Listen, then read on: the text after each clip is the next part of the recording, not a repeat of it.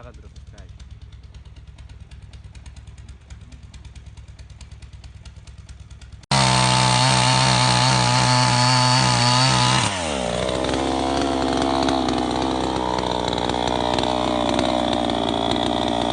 بلاد منذ سنوات عدة